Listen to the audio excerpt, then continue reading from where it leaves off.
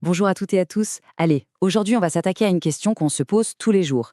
Météo, climat. Quelle est la différence? On entend ces deux mots partout, mais c'est pas toujours clair. Je vous promets, à la fin de cette vidéo, tout sera limpide. On saura enfin pourquoi il peut faire un temps magnifique à un endroit et neiger à un autre le même jour. On commence tout de suite avec une petite énigme. Regardez bien ces deux images. À gauche, c'est New York, on voit des gens qui patinent, il fait bien froid. Et à droite, Miami, la plage, le soleil. Le truc un peu fou, c'est que ces deux villes sont sur la même côte, aux États-Unis. Alors, la grande question, c'est ça. Comment on peut avoir des températures aussi différentes le même jour, au même moment, dans des endroits qui ont l'air si proches sur une carte? C'est le mystère qu'on va résoudre ensemble aujourd'hui, c'est notre mission. Pour démarrer notre enquête, il nous faut un indice, et il est super important. La différence entre la météo et le climat.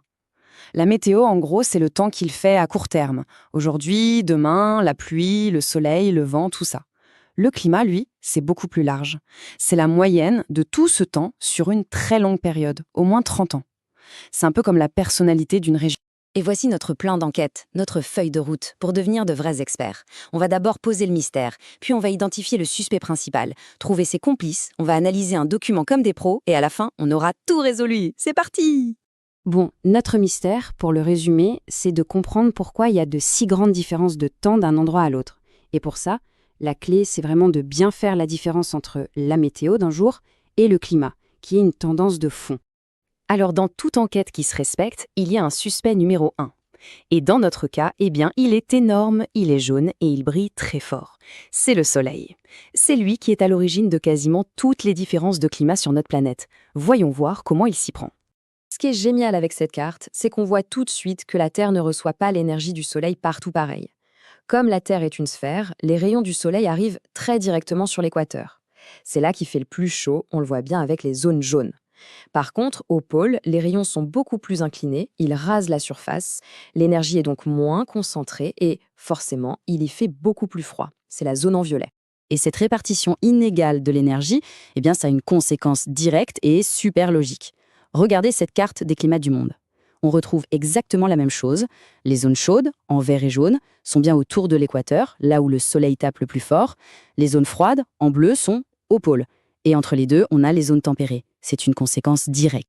Donc voilà, le point absolument crucial à retenir, notre premier indice fondamental, c'est celui-là. Le Soleil est le moteur des climats. Et c'est parce qu'il chauffe la Terre de manière inégale qu'il crée les grandes zones climatiques. C'est vraiment la base de tout. Mais attention, le Soleil n'agit pas tout seul. Il a deux complices super efficaces pour répartir la chaleur sur la planète, le vent et l'océan. En fait, la nature n'aime pas le déséquilibre. S'il fait très chaud quelque part et très froid ailleurs, elle va tout faire pour mélanger ça.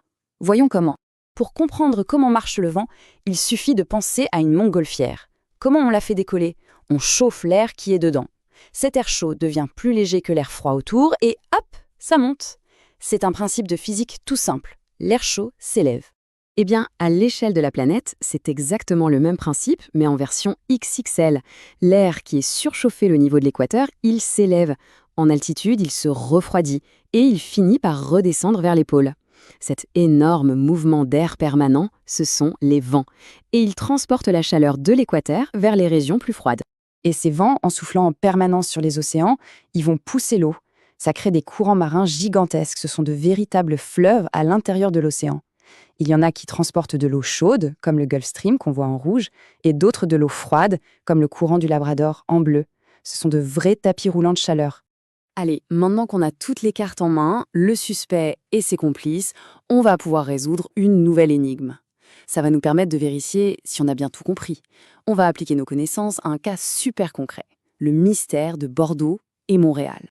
Voici un graphique qui compare les températures moyennes à Bordeaux, en France, et à Montréal, au Canada.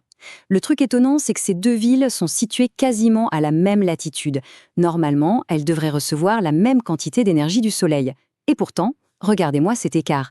Il fait beaucoup, mais alors beaucoup plus froid à Montréal, surtout en hiver. Mais pourquoi? Pour répondre à cette question, pas de panique, on utilise la méthode scientifique. Toujours la même. D'abord, on observe, on décrit simplement ce qu'on voit sur le document.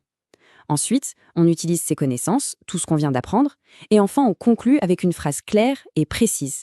C'est la méthode gagnante à tous les coups. Et voilà la pièce à conviction. C'est le moment « j'utilise mes connaissances ». Cette carte nous montre exactement pourquoi les climats sont si différents. Bordeaux est arrosé par un courant chaud, la dérive nord-atlantique, qui est la suite du Gulf Stream. Ça agit comme un radiateur géant. À l'inverse, Montréal subit l'influence directe du courant froid du Labrador, qui descend tout droit du pôle. Lui, c'est un vrai congélateur. On peut donc conclure. Pour faire une conclusion parfaite, on peut dire: la différence de climat entre Bordeaux et Montréal s'explique par les courants marins qui modifient les températures locales. L'un apporte de la chaleur, l'autre apporte du froid. Voilà, énigme résolue. Bravo, l'enquête est bouclée. Maintenant, on va juste récapituler les points les plus importants pour être sûr que tout est bien en place dans notre tête pour le contrôle. Alors ça, c'est le schéma à retenir. C'est un peu la synthèse visuelle de tout ce qu'on vient de dire. Regardez bien. Tout part de l'énergie solaire inégale qui crée les grandes zones climatiques. Cette différence de température met en mouvement l'air et l'eau, ce qui crée les vents et les courants. Et ces courants, comme on l'a vu pour Bordeaux, vont définir le climat local. Si on a compris ce schéma, on a tout compris. Ok, si on devait retenir seulement 3 choses, 3 idées essentielles, ce serait celle-ci.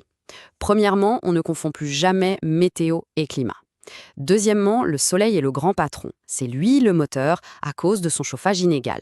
Et troisièmement, les vents et les courants sont les grands livreurs de chaleur sur la planète. C'est simple, non? Et pour être parfaitement précis, voici la définition exacte du mot climat, celle qu'il faut connaître. Ce sont les conditions météorologiques moyennes, c'est-à-dire les températures et les pluies, qu'on mesure sur une très longue période de 30 ans. C'est un peu la carte d'identité du temps d'une région. Et pour finir, la petite fiche de révision express. Les mots-clés à connaître par cœur: météo, climat, courant océanique et vent. L'erreur à ne surtout pas faire, confondre météo et climat. Et le petit conseil du prof: pour expliquer un climat, le premier réflexe à avoir, c'est toujours de penser à la cause principale, le soleil. Et voilà, notre enquête est terminée. On a compris les grands mécanismes qui commandent les climats sur Terre. Mais ça nous amène à une nouvelle question, une question encore plus grande. Si les climats sont définis par ces énormes équilibres naturels, comment est-ce que nous, avec nos activités, on peut arriver à perturber cette immense machine? Ça, c'est ce qu'on explorera dans une prochaine vidéo. Merci beaucoup et à bientôt.